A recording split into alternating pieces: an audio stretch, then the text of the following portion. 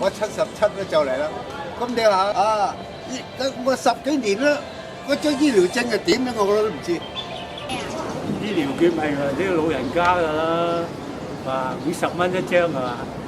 有，即係去睇私家醫生，每一張50蚊嗰。喺2009年醫療券第一次試驗期啱啱開始嘅時候，民主黨就佢嘅使用率進行咗一項調查，發現有近80%長者未用過醫療券。而喺2011年，民建聯再進行多一項類似嘅調查，發現仍然有近40%長者冇用過醫療券。醫療券嘅第二個試驗期將喺2014年結束。究竟老人家同公私營醫療機構對於呢個計劃有咩睇法呢？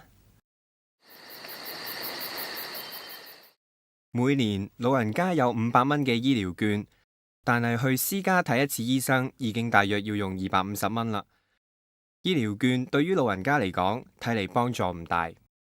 今年73歲嘅崔伯患有皮膚病，平均每年都要用2000蚊睇醫生。佢話睇私家診金貴，有醫療券都冇用。我使咩要用嗰啲啊？你政府醫院唔使醫療券噶嘛？崔伯覺得公營夠平，如果要去私家俾貴嘅診金，不如去公營診所排隊。喺香港700萬人口入面，有13% 係老人家。根據資料顯示，全港每年平均有14萬老人家去公營機構睇病。咁但係個問題就係點解老人科個壓力咁大？你推行咗個醫療券，啲長者都唔領情，翻去屯門醫院睇嗰個老人科咧咁。雖然退休年齡一般係65歲，但係香港仍然有一啲草根階層嘅老人家喺退休之後，仲需要自己賺取生活費。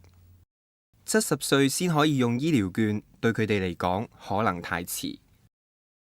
券就係應該65歲應該有得享用㗎啦。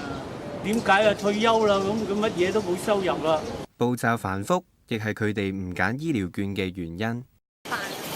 應該係麻煩啲㗎啦，因為有好多唔識㗎嘛，有啲因為嗰啲公公婆婆有啲冇學問嘅，蒙查查嘅好多都。就算老人家真係識得上網登記，都要花一段長時間先可以揾到啱嘅診所。即使係用慣電腦嘅年輕人，大約都要花分半鐘嘅時間。雖然使用醫療券對老人家嚟講有一定嘅難度，但係仍然有人使用。不過私家門診診金始終偏貴，醫療券用晒之後又點算呢？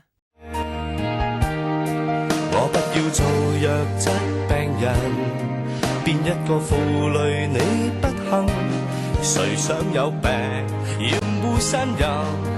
我不要千金百銀，也祈求這小小的福蔭。我只想身體。醫療券推出，除咗想減輕老人家金錢上嘅負擔，亦都想舒緩公營醫務人員嘅工作壓力。瑪麗醫院梁護士長覺得好多老人家其實唔太知道有醫療券，連用法都唔清楚。推出之後，亦冇數字顯示到公營應診嘅老人家有所減少。冇轉變到，都係咁多人。既然而家嘅醫療券制度未能夠達成目標，而家政府再推行多3年嘅試驗期，究竟值唔值得呢？如果推廣得好嘅呢，就可以繼續，但係希望都增加多少少嘅錢啦。咁對於嗰啲老人家真係需要嘅係冇乜大嘅幫助。值得，不過你要值得得嚟呢，你大家真係要呢睇清楚楚，就唔好將佢嗰個意義呢無限擴大。呢個意義呢，我覺得係作為對長者嘅服務或者醫療需要一部分呢，係幫輕佢哋。喺2014年會就第2次醫療券嘅試驗期進行檢討，屆時究竟政府會照板煮碗咁繼續推行，定係吸取多方面嘅意見，為長者提供更完善嘅醫療福利呢？